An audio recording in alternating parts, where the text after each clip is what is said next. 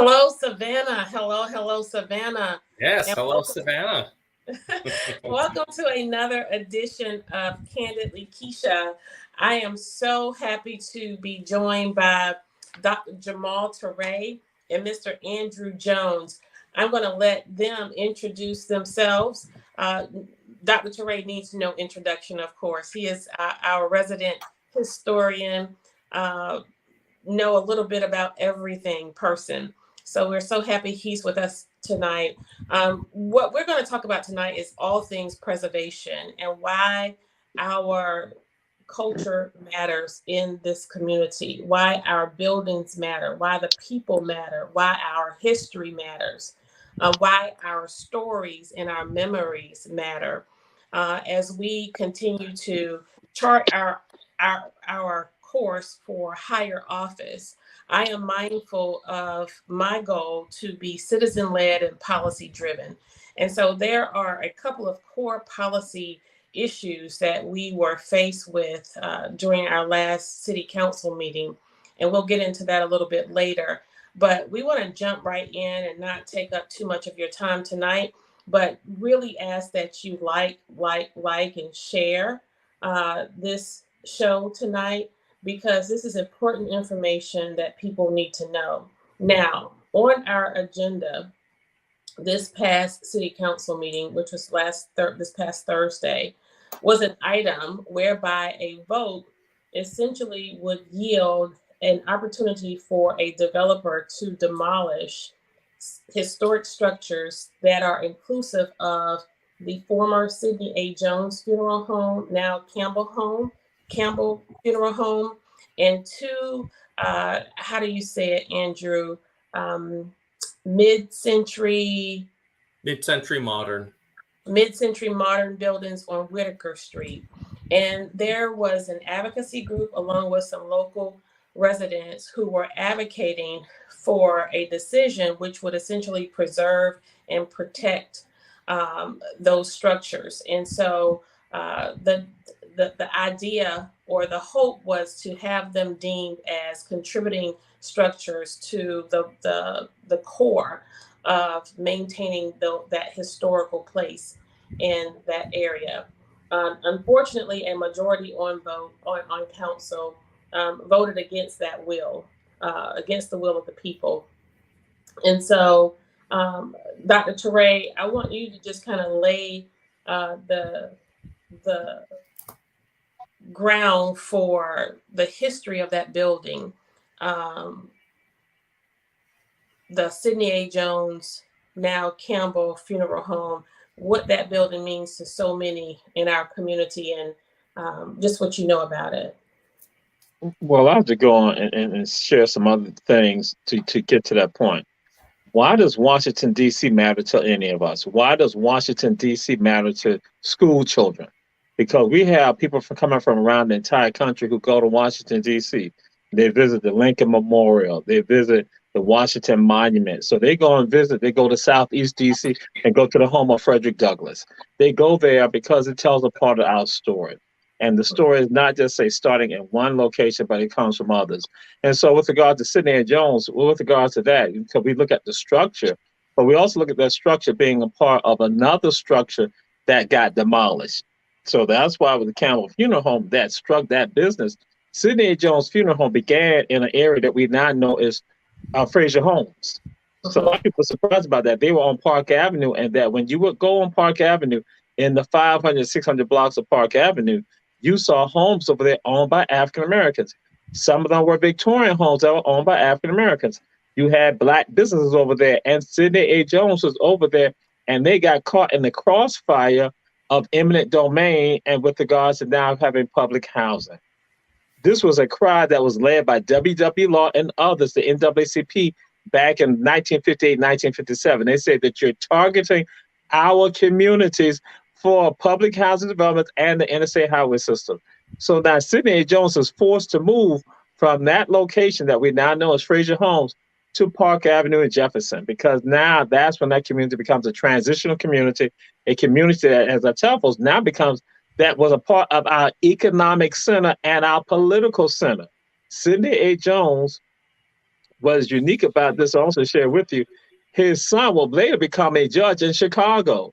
He is a major player in Chicago. Again, you talk about Barack Obama, talk about Harold Washington, the first black mayor, Sidney A. Jones, the judge, the Honorable Sidney A. Jones, and I got to throw it out there. And he was a member of Alpha Phi Alpha Fraternity Incorporated in Chicago, a powerful force he was, and his family is tied to the legacy of that structure that's right there.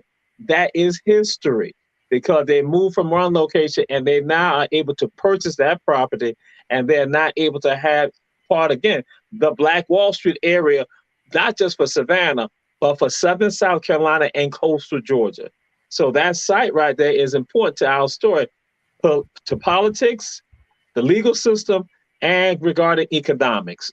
So that's just throw some things out there now to Wow. whet the appetite of the people. Wow. And just those nuggets alone and the way you introduced it, why do we go visit Washington, D.C.?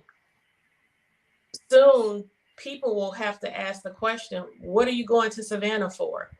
Because, Mr. Jones, these properties are not the only properties that have been under threat and or destroyed since we've been in office.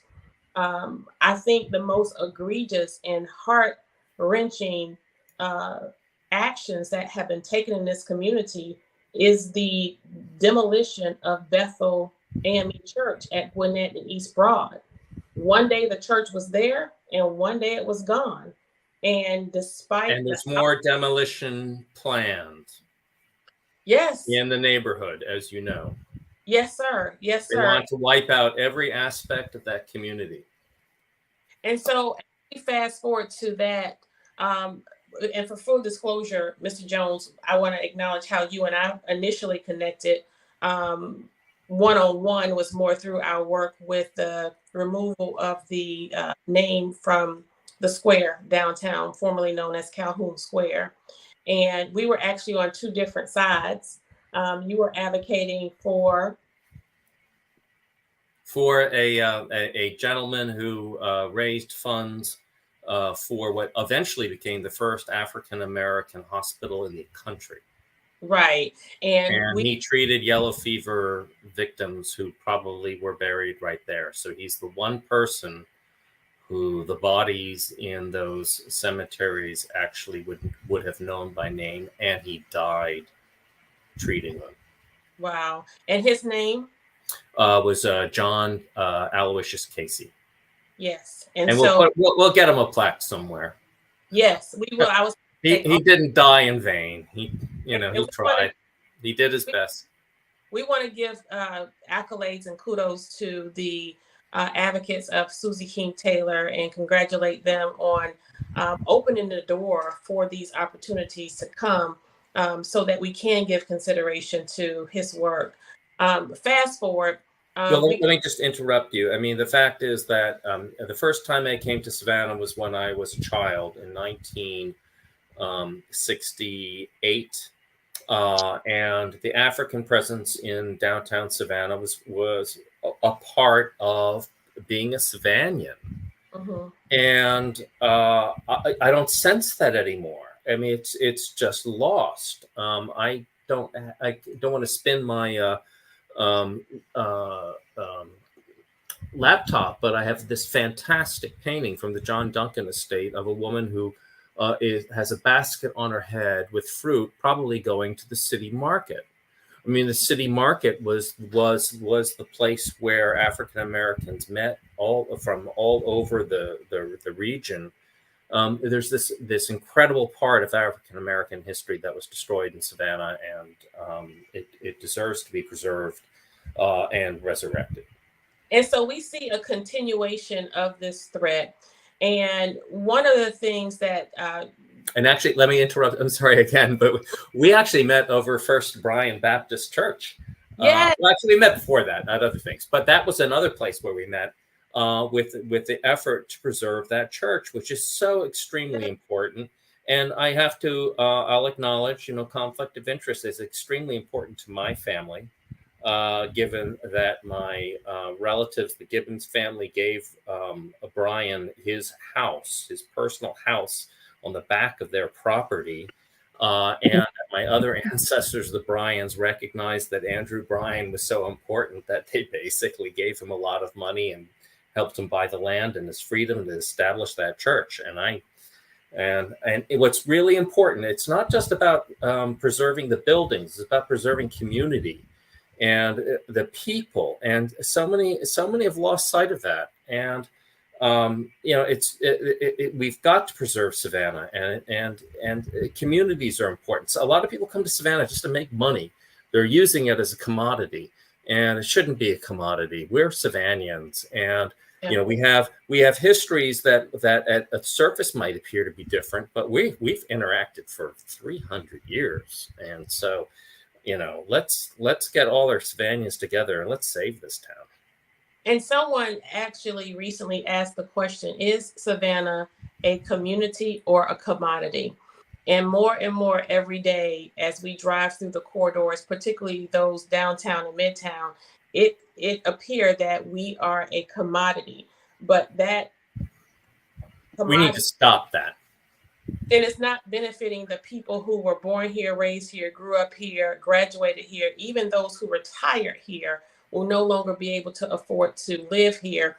And to your other point, when you acknowledge a point that I actually made on council, when I looked up and looked out and saw you, I was happy to know that you were in chambers to advocate on behalf of preservation once again. But one of the things I asked Melanie from MPC, as the challenges were made in defense of this petitioner, who I discovered was a financial contributor to the mayor and Alderman Nick Palumbo. And so I asked her, is preservation and the historic value of these buildings exclusive to the architecture? Because the argument was with the buildings on Whitaker Street, the argument was those buildings surely can't contribute because of the design, in that it doesn't meet the standards of historic value, so forth and so on. But that wasn't the same assessment for the funeral home building. Nonetheless, it was good to hear Melanie from the MPC acknowledge that historic value is not exclusive to the physical structure. It is inclusive of the people, the stories, the memories, the activities that took place there. But take us through what you heard in chambers and present to us what your position was. And then later, I want you to acknowledge the discovery that I presented that was somewhat new to you all, but it's what we live every single day on city council, where there's a continuation of sitting elected officials whose votes match their donor dollars. Okay, well, the first thing to address before I get to what you requested is the fact that the law recognizes that it's about the people, and that the history of a location can be its architectural significance, an important architect, or a great example of its period, which many of those buildings were, but it's also who lived in them. And that's the law. The city council did not follow the law. Who followed the law? The MPC, the Metropolitan Planning Commission, the Historic Preservation Commission. And both of these entities stated that we should preserve these properties, right? Absolutely. And the HBC in particular weighed on very heavily on the fact that the funeral home was an important African-American business. And they're the experts. They're appointed by city council. So they are the people who we're supposed to defer to. I'm sorry, but Dietrich Leggett is not an architectural historian or historian of Savannah history. And he put forth the motion to destroy these buildings of African-American heritage. It was outrageous. So our position, my position, and I did speak on behalf of the Oglethorpe Plan Coalition, of which I'm chair. I also speak on other issues individually. But we believed all the buildings that the Historic Preservation Commission deemed contributing were contributing. And the two mid-century modern buildings were really interesting. And the MPC had done very serious work on those. And the historian Robin Williams, who I don't always agree with, actually did weigh in and considered them important. So all the people who mattered, who have expertise, weighed in on those. And then when it came to the funeral home, it has two aspects of preservation. One is, first of all, they are buildings from the Victorian period in the Victorian district. I mean, that should just be a slam dunk. There shouldn't be any arguments. But the bottom line is that they're owned by Brad Bow, who is an individual who is also trying to build a terrible building in the downtown historic district that we've been fighting for a year. He doesn't like Savannah the way it is. He thinks we're backwards. So all three of us, we're really backwards, and he's going to tell us how Savannah should be by destroying buildings and building inappropriate buildings in historic districts.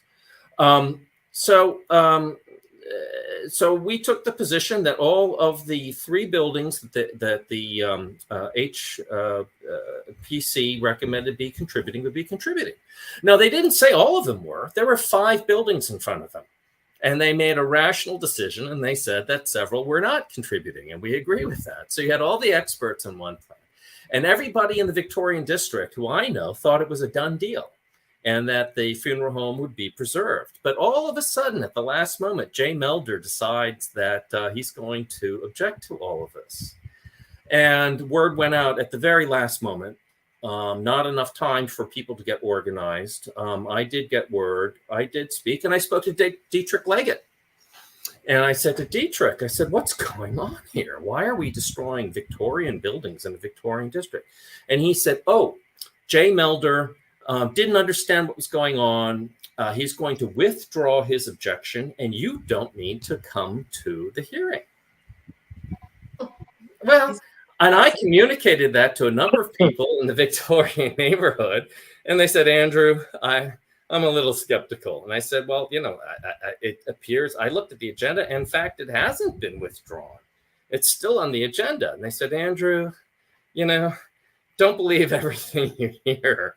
And so apparently everything Dietrich said, and he's the representative for our district, everything he told me was completely false. I guess he didn't want me to appear. I sent him an email in this regard, asking him to explain his actions, and he refuses to respond to me. So I'm a constituent of Dietrich Leggett, who lied to me, or appears to have lied to me, and I've given him every opportunity to explain, but that's not the case. So after the fact, Kesha, you were brave enough to raise the fact and challenge the mayor. Have you received any campaign contributions from anyone associated with this project? And the mayor immediately attacked you and deflected. And he said, you can just find this out on the public website. Well, as a member of the public, it's kind of hard on my phone to start looking up this information on campaign contributions. If you've ever looked it up, you have to go each reporting date. You go down a spreadsheet, and it's really, the first name is separated from the last name, and there are only 3 names on the page. It's really difficult. But what? We took up the mayor's challenge. We took up his challenge, and we found that David Pattison gave to the mayor on April the 20th. He gave $2,000. 2022, his wife recently supplemented that amount. I think it's his wife. I can't verify that. Jean Pattison at 1529 Waltham Road, $2,500, the maximum amount on April the 11th. And let me see. I think there was also a contribution. I have to check my records from Hunter McLean. Yes. Oh, this is interesting. It was the exact same day. The exact same day that David Pattison made a contribution. Hunter McLean made a contribution of $2,000 for 2022. Now, I'm saying all of this. I might, I have a little bit of astigmatism, a little bit of dyslexia, and I could have made a mistake, but I welcome everybody to check the information. And if I'm wrong, I'm wrong. And if I'm right, I'm right. No, you're not wrong. And I have gone on and viewed those as well, which is why I mentioned it during the city council meeting, because I was well familiar with the name Patterson, and that his name has been circulating through the financial disclosures of many former and current city council members, to include members under the Deloach administration, as well as he was a huge contributor for Carol Bell, and he is a current contributor, and individuals connected to him have made those same contributions to Nick Palumbo and Dietrich Leggett on our council. And so as we go forward, and I confirmed that Nick Palumbo, let's see, he received from Hunter McLean, and one should investigate Hunter McLean's role in this, not just as a representative of the developers, but in other roles. And maybe you should call them and find out why they're so interested in this property. But they contributed to Nick Palumbo very recently, April 6th, 2023, $500. And David Pattison contributed to Nick Palumbo on April 4th, 2023, $1,000. So, the city council, I mean, this is a real ethical issue. The people who represent us won't disclose to us the fact that they're making decisions in favor of their contributors. And it's up to us to do the due diligence in the middle of a meeting to find out whether or not the people in front of them are contributors of theirs. This is just highly unethical. And I've discussed this with a lot of my neighbors here in Savannah, and they're just in absolute shock. I mean, the fact that there isn't an ethical standard regarding campaign contributions just blows our mind.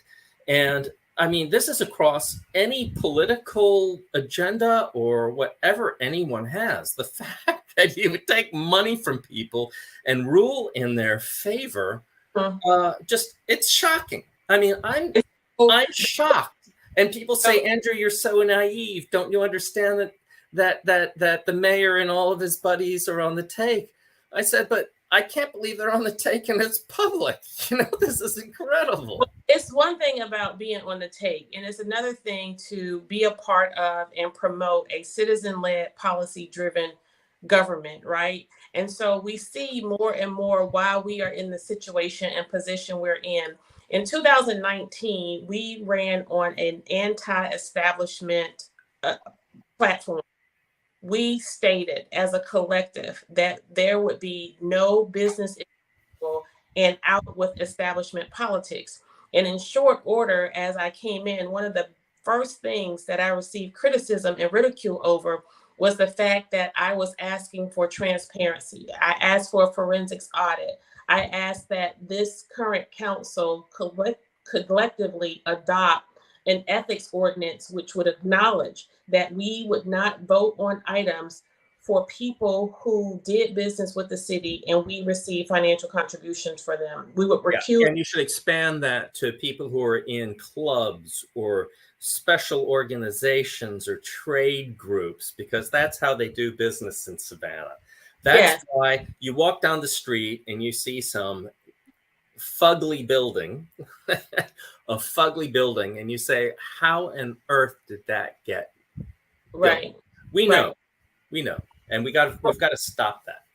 Right. And so, Dr. Toure, I'm going to ask you to close us out, but I want to say before he closes us out that what we want to explain to the public tonight, and I'm so happy that Mr. Jones and Dr. Toure joined me, because it helps with the validation, because for far too long, for my time on council, there's been this goal of the media to make it appear as if the minorities on council, and by minority, I don't mean by my gender or my race, but by vote, that we're just rebel rousers, loudmouths, and we're crazy.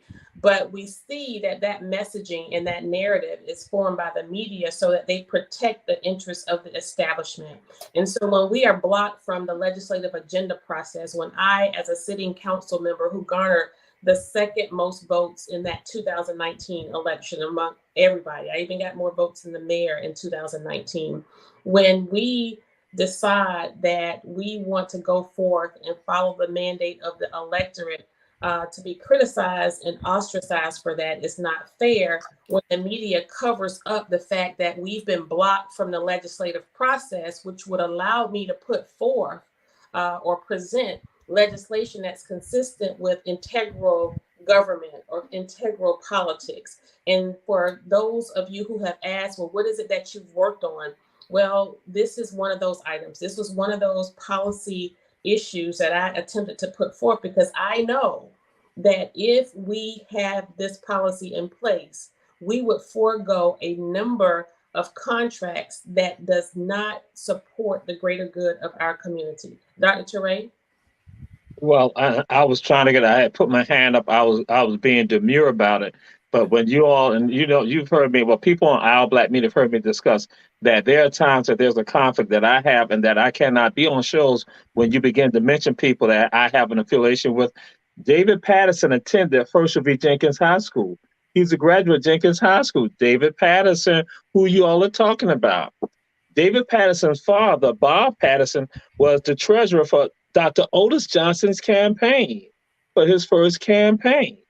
So that's why I do what I do. So I just had to put it out there. So I was trying not to be on here because I did not want to discuss anything about one of my fellow warriors like that. But that's what goes on.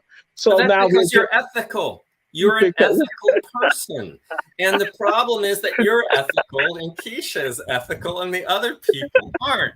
So can we have an ethical standard so people behave the way you guys do? Oh, Andrew, they know exactly how I am. So that's why I said, I know they're going to get a kick out of this one. Now I'm going to tell them about the HBJ connection to this right here. But then also going, so when you all talk about legacy, not just legacy contractors, but legacy influencers with regard to what happens here and people don't realize it. So that's why today I say on this show right here, I'm not going to throw it out there. So again, and Charlie Brown can probably also discuss this too with regards to that. But then I'll move on to some things that when I heard some of this with regard to NPC, again, some of you have heard me discuss this, that these communities that we have here, such as Can Park, Jackson Park, on the other side of Gwinnett Street, that again, the people with the Forsyth Park Community Association, what many of us don't realize, our neighborhoods where African Americans reside are not protected.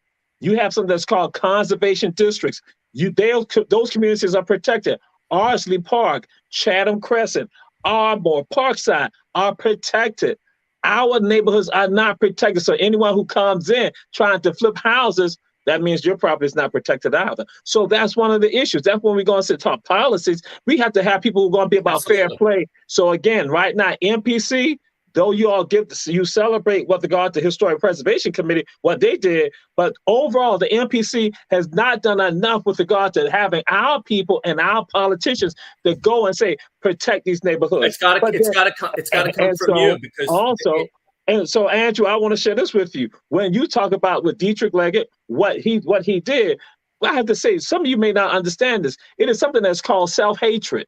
Self-hatred kicks in several ways in that it doesn't matter if you have a title or position, you still manifest it. The person that many of us like to look at that and we throw that out, we talk about a Clarence Thomas. But I understand that even in local areas, you see the manifestation of that, not valuing who the people are, even though they're part of that group.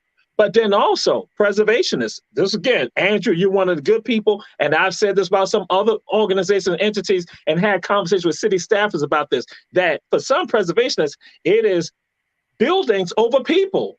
That some of them are not. And so when we talk about buildings, we talk about buildings over communities. So Andrew and others, and Aldo and Kesha Gibson Carter, you understand the value of the people. Stories must still be told. And guess what? Those buildings are there. They have a value too that's added to them based on the history. So again, throwing it out there to you. Oh, no, absolutely. This is about people. And so what happened, 1954, the city market, as we know, is torn down. Yep. That's when they now work on putting up the parking garage.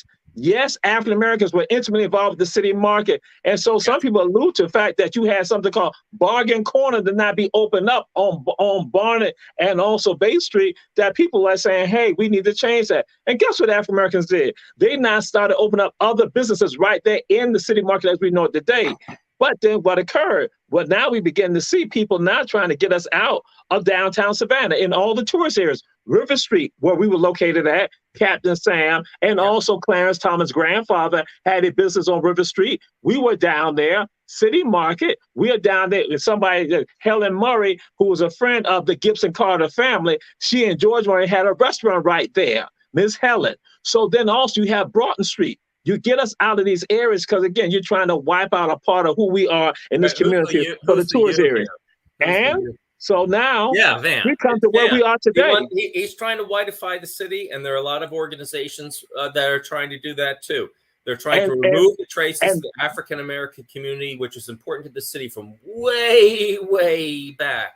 And they sit silent because the former mayors of this city back in the 1790, 1800, Thomas Gibbons, he respected the African American community and he protected it.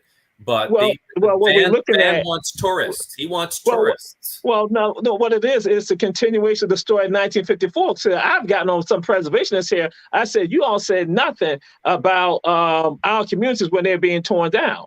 You said nothing about our communities when, again, you tear down Union Station that was sacrificed in Frogtown and also Currytown. So we are not, again, in 2023, we're at the same point, and we now have an opportunity to make a change. And so Andrew, Alderman Kesha Gibson Carter, Alderman Bernetta Bryant Lanier, Alderwoman Alicia Miller Blakely, now are in a position to now help us truly have a city council that's going to be concerned about the people and preserving our communities. And that's where we are right now, because the history has been there with regards to people not doing what they need to do, and we cannot live up to anymore. The history's been threatened over and over. We've been fighting with a group of preservationists. The city wants to develop the lanes. So they want to take all of the lanes and turn them into McMansions. And we are fighting that in court. We're in Superior Court over that right now. The lanes were part of African American history. Oh, absolutely. Absolutely. And the lanes must be preserved. And the African American community needs to stand behind that and understand the lanes are part of the African American community. Absolutely. And instead, unfortunately, the city is very much opposed to us. We have taken a case to Superior Court, and the city is trying to prevent us from actually being in court. They're trying to prevent us from showing drawings of the proposed building, and they're trying to prevent us from citing the statute. Think about that. Those are your tax dollars at work. Your tax dollars right now are paying for the right of developers to take the building height on the streets and impose it on the lanes. And so we were discussing this, the lanes is an important part of African American history. The city wants to destroy that, and they're working towards it. There are many people opposed to it, but we're fighting it. The lanes are fantastic. If you just walk down the lanes in downtown Savannah, you're in a totally different world. It's a fantastic world. And there are restrictions to walking down the lanes also. There are restrictions to walking down the lane. People can be cited. In some neighborhoods, people will be cited for walking in the lane. People have been harassed for just walking in that. So you cannot walk in the lanes in some of our communities. So again, this is what we're saying, that it's about, again, it's about genocide, it's about annihilation. And I'll just end with this right here, which I had finished. But I tell people the concept about spatial memory. When they get rid of structures important to you, it becomes easy to forget. Then they put something else in the place of, then it becomes your false reality. And so that's what we're doing false realities. It's a false reality. I mean, for instance, the building in the back. Andrew, she was saying she wanted me to repeat it. Andrew, just hold up. The building in the back of my house, it's classic. Everybody calls it the carriage house, right? So I have an old building in the front, and it's called the carriage house. Well, on the insurance maps, it doesn't say that. It says sheds below and Negro quarters above. And it's a building Right. not built in the antebellum period. It's a building afterwards. So it's a building built as housing for Black Right. people who can live Mhm. downtown, because now people are paying wages and they need affordable housing. Right. So And suddenly, and if I you look want at the old maps, you're going to suddenly see, this integration where the white people who've lost all their money are still living in the vestiges of the house in the front, but they've sold off the back of the lot, or they're renting it, so that wage earning Black people who've come from most likely from other parts of Georgia down to Savannah have a place to live. Fascinating history. I mean, it's just amazing. And it's, people call this thing the carriage house. It's not the carriage house. this The all been insurance so maps tell you fascinating. about the history. And so you didn't have segregated neighborhoods. You had the opposite. And you had people who were living on the same tithing lots, who were obviously respected each other and so on, but they were living really different lives, all at the same time, all Right. really closely connected. So It was called marble caking, because that's what happened. And that happened in several areas. But then what I shared also, I said that spatial memory. Yep. When they get rid of structures important to you, it becomes easy to forget. Oh yeah. Then they put something else in the place of it. Then Yep. it becomes your false reality. Yep. So now all the buildings that you see torn down, and now you see these 4-story buildings, these nondescript buildings. Guess what? That now becomes the false reality. So the history that was there is now gone. Well, People don't know anything about they destroyed Victory Bible Church right there on Victory Drive. Andrew, hold on for a second. You know what I'm saying? That Victory Bible Church right there on Victory Drive, no longer there. yeah, But people knew about going there. People knew about the studios that were right there, African American studios that were right there on Victory Drive. But no longer, you now see a 4-story scab unit there. Yeah. So again, the history is gone. And we're dealing with that right on Gwinnett Street right now. I mean, they're they're destroying the workers' housing there. I had forgotten about you're right. You forget. I had forgotten about Victory Bible Fellowship. That was a very, very vivid and important part of the nostalgia that I would feel when I would come home from college. I knew I was home when I would pass in that corridor and see that big church there. Give our audience a little bit of, help them feel a little bit of how I just felt when you said Victory Bible Fellowship. And this isn't even a hard test for you. Just throw out like 3 more of those structures where that spatial memory has been erased. Well, we're going to look at we'll go down Victory Drive. There was a garden. I mean, not on MLK. There was a garden over there. If you go down MLK and you get to 31st, some people remember that it was a garden, that was a community garden, was right there on the left, right across from Priesters, right across. So you had that right there. Then, so now you go to Hall Street. On Hall Street, you had the homes that were right there on Hall Street, right across from Alley Super Duper Supermarket. Alley Super Duper Supermarket. 3 pounds of neck bone for $1, mini neck bones. Right there, that was right next to where now Kim's Cafe is located in the Con Ed building. Right there. So again, people knew about that. Here we go, homes over there, businesses right there. But now you walk past it, you got other structures there, and you know nothing about what was there before. And you no longer can see the sky. At one time, when you had everything else there, when you had the garden there, you had the 2-story buildings there, you were still able to see the sky. You can no longer see the sky anymore with those 4-story buildings. I agree with that. We're getting all these buildings that are above the tree line now. And Savannah was so fantastic when the oaks were the tallest thing in the city other than the spires. And now, that's Andrew, huge. to that point, Andrew, I said that was the last thing, but I'm just remembering a part of my notes here. One thing I want to point out regarding the buildings on Whitaker Street and the funeral home, one of the main issues I had was that we had no real idea of what was planned for those spaces. So we could have essentially bring in and support and not knowing what was going to actually be there. But Andrew, I want you to just a little bit. And the next time, Andrew, I'm just going to give you the whole show and just let you go for it because. Well, no, your other guest here is fantastic. Now, he said that your problem is you've got Isa Jesus as your identity, but I've got you down as, oh gosh, I've got too many papers. That's a whole nother show, Andrew. Dr. Janelle Terry, and you and I have to compare notes because if we get started on a conversation, it's going and guess what? You are not hours. Andrew, you're not going to do that on Kandily Kesha tonight, sir. Okay. But what I do want you seriously, Andrew, let's talk about this whole notion of how these actions may be threatening our designation as a historic city. And then Dr. Teray, I'm going to have you close out one more time. Real quick, Andrew. I would just say that the action taken last Thursday is a total violation of governance.